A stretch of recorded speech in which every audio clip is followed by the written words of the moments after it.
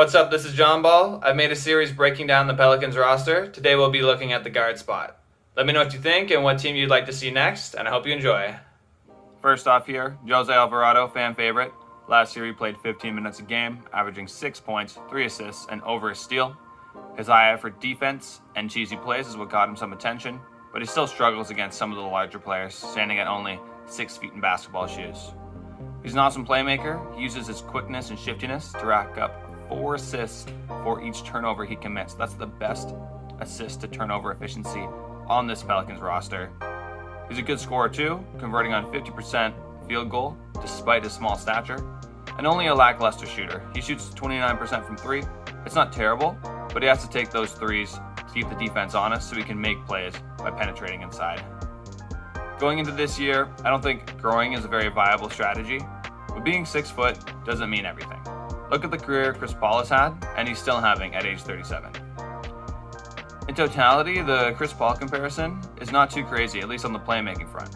Jose's 4-to-1 turnover assist to turnover ratio is super close to Chris Paul's, which sits around 5-to-1. So I think to unleash this playmaking further, he's going to need to earn more time on the court, which is most achievable through increasing that 3-point percentage of his. Left a little bit to be desired last year. As for his role on the team as a playmaker, he raises everyone's game. I'd like to see him go with the starters early to get them going, and then transition to the bench later on in the game and raise their floor. Next year, Dyson Daniels, 8th pick of the 2022 draft. He played big minutes in the G League last year, averaging 31 of those minutes, 11 points, 6 rebounds, 2 steals, shooting a mediocre 45% from the floor, but a poor 25% from 3. Now, while the offensive efficiency wasn't great, he showed he doesn't need too many touches to be an effective basketball player. Now, where Dyson can contribute from the jump on this Pelicans team is on the defensive end. He's a big guard, standing at 6'8" with a 7-foot wingspan. This means he's capable of guarding multiple positions. Now, the only caveat to this is the NBA learning curve. There's no guarantee he'll be able to keep up physically and mentally.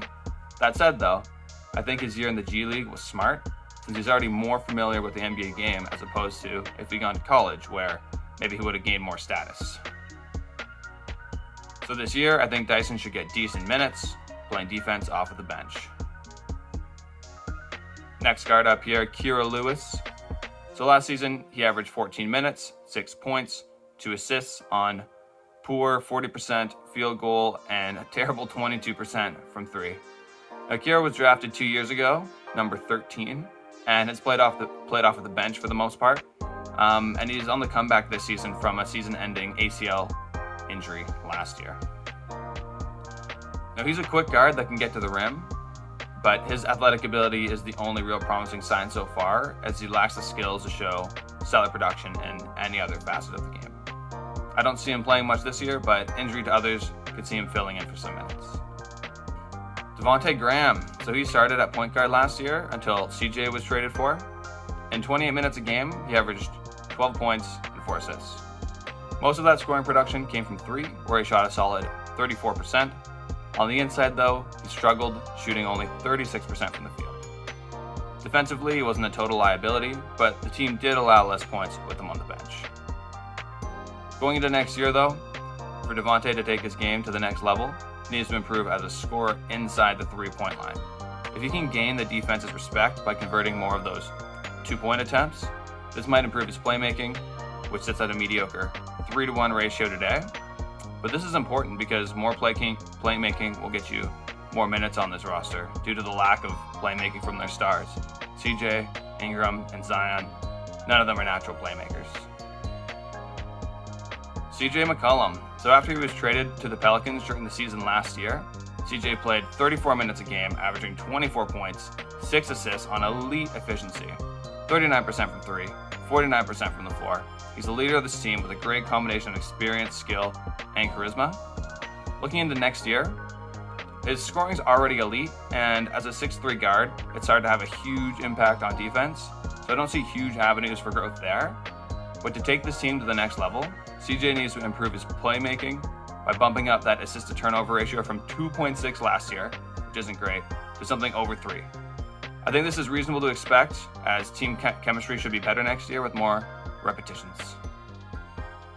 So the big picture for the Pelicans guard rotation is CJ is going to be starting in the backcourt just like last season as one of the engines of the offense. Off the bench, they'll have some more options this year. They got Graham, Jose, and Dyson all competing for playing time, and then Kira Lewis will be in reserve in case of injury.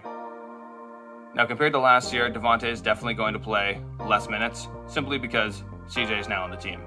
But off the bench, they'll have Graham for three-point shooting, Alvarado for playmaking, and Dyson for defense.